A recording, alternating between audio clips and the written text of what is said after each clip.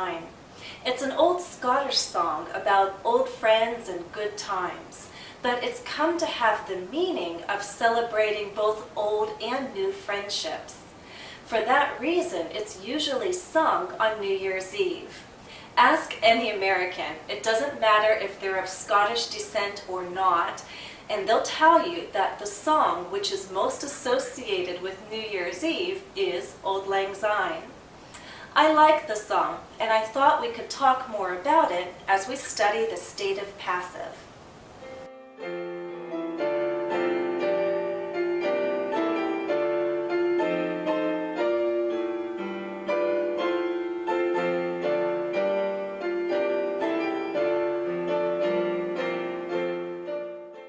You may have watched one of my earlier lessons on the passive.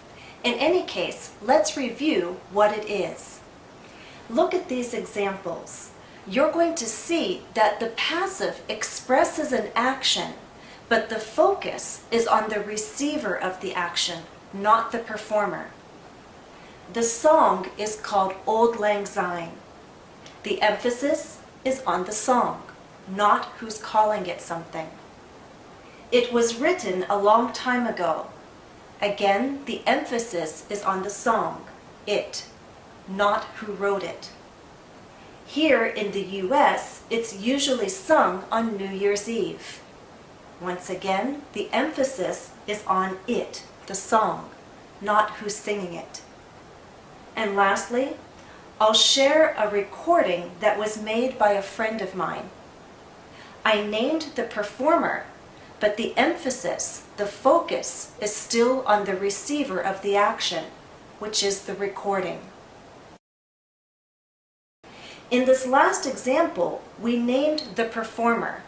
You can name the performer of the action with a by phrase, by whom. But the passive doesn't necessarily include a by phrase. In the first three examples, I didn't include one. There are different reasons why. The song is called Auld Lang Syne. It's not important to name who the performer is. It was written a long time ago. Maybe it's unknown who wrote it, so the performer is unknown. Here in the US, it's usually sung on New Year's Eve. Well, it's obvious who the performer is, people in the US. So we only use a by phrase if it's important to name the performer. Otherwise, it may not be necessary because it's not important, it's not known, or it's obvious. What's the form of the passive? The song is called, it was written, it's usually sung. I'll share a recording that was made. The passive voice uses the form of be plus past participle. The past participle is that third form of a verb. For example, sing, sang, sung, past participle. Be plus the past participle. And then if we want to name the performer, we use a by phrase. The form of be tells you the verb tense. We can form the passive in the past, present, or future.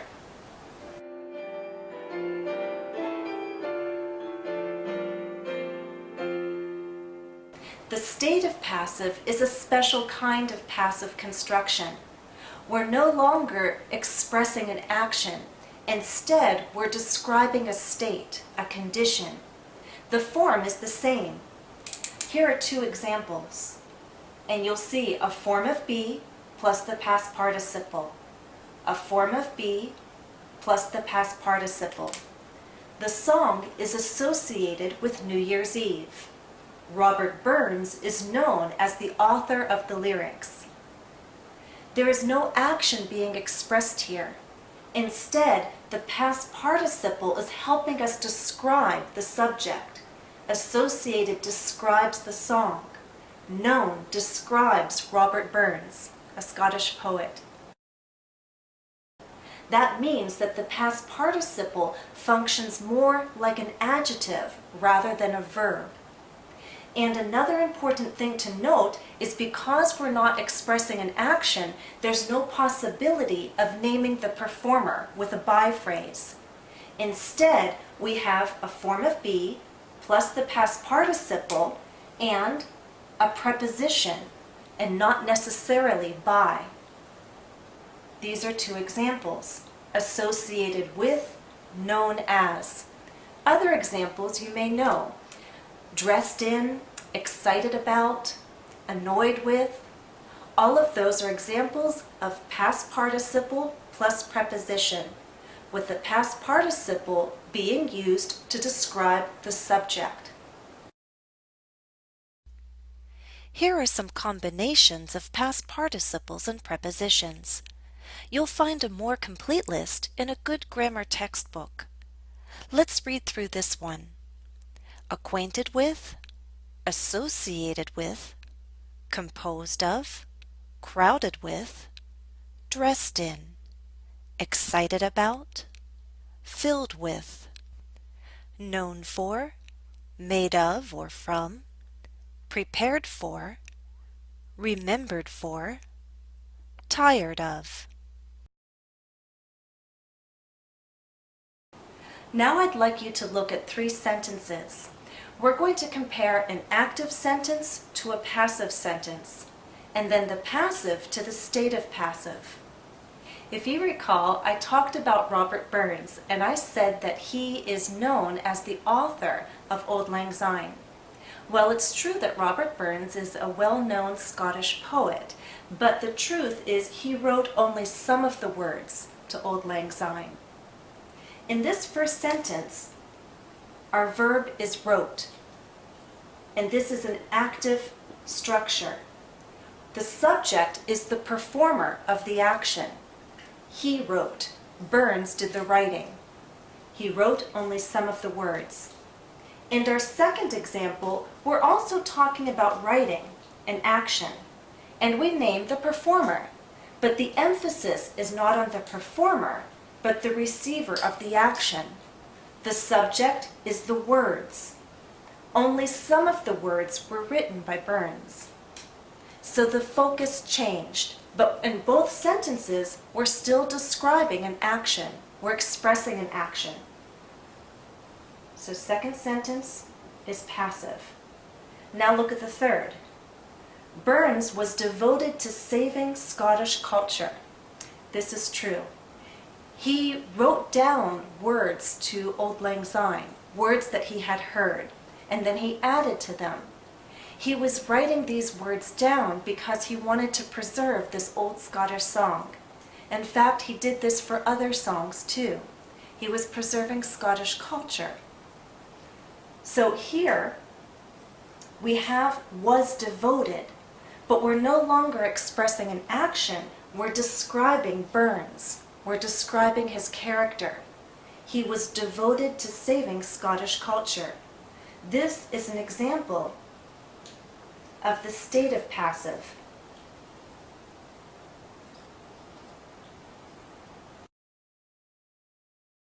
Let's try some exercises.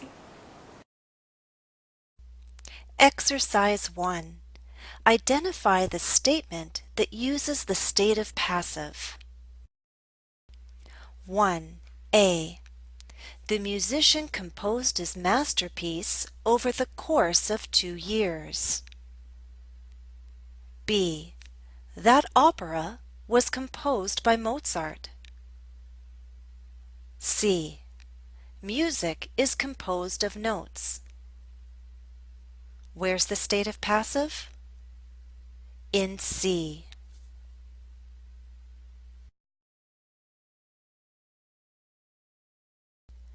2. The holiday meal was prepared by the entire family. B.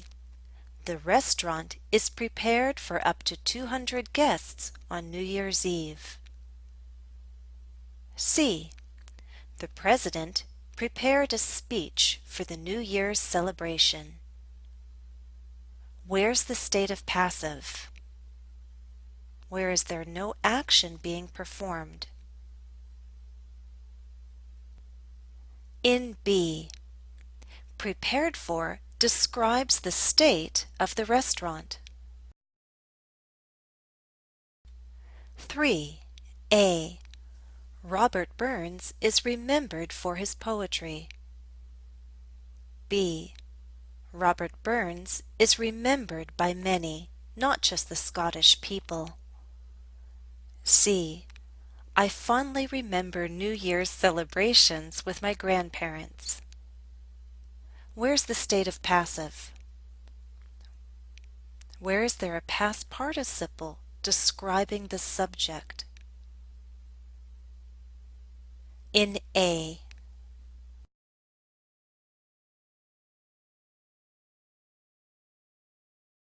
Are you ready for another exercise? 2. Choose the correct preposition to complete each question. Then, answer the question. If you're studying with a partner, discuss your answers. 1.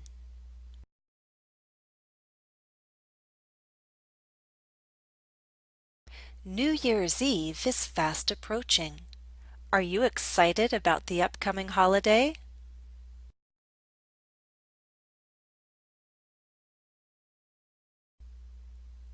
2.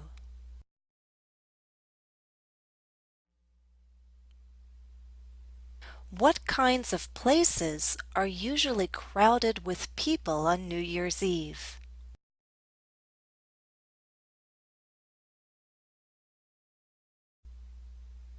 3.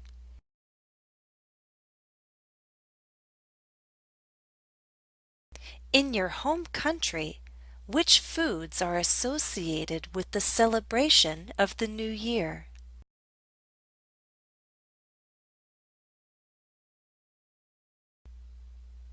4.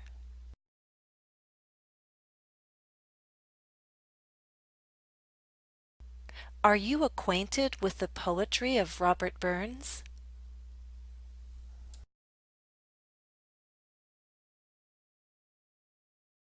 Let's try one more exercise. Exercise 3. Use the verbs in parentheses to form the stative passive. You will need to add a preposition in each item. 1. Can you complete the statement with the stative passive?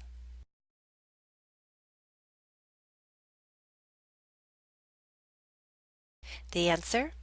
My favorite holiday cake has a sweet filling that is made from cream of wheat. And this is true. Those of you who know Russian or Ukrainian desserts might know the layered cake I'm talking about. 2.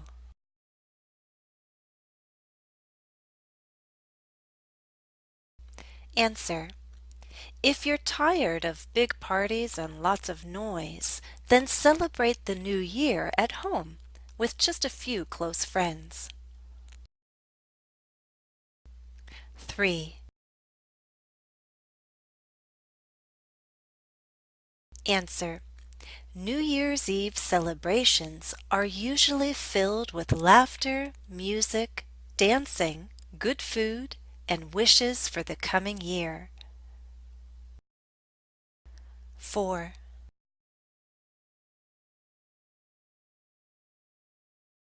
Answer. There must have been over 50 guests. They were all dressed in their best clothes to welcome the new year.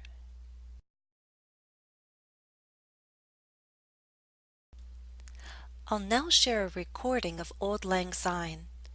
Remember that Robert Burns wrote down the lyrics a long time ago, in 1788 to be exact. Today there are variations in the lyrics, and you'll also hear different styles in which the song is sung. But I think you'll really enjoy the interpretation of a friend and colleague of mine. Listen once, then replay the song and try to sing along.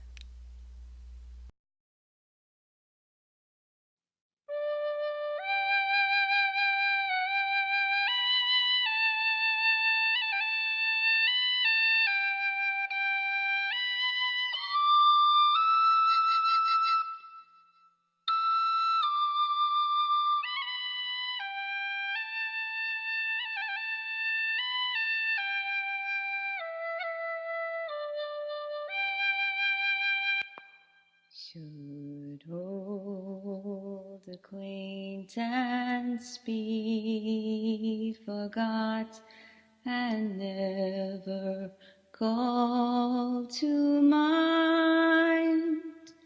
Should old acquaintance be forgot and days of old lang syne?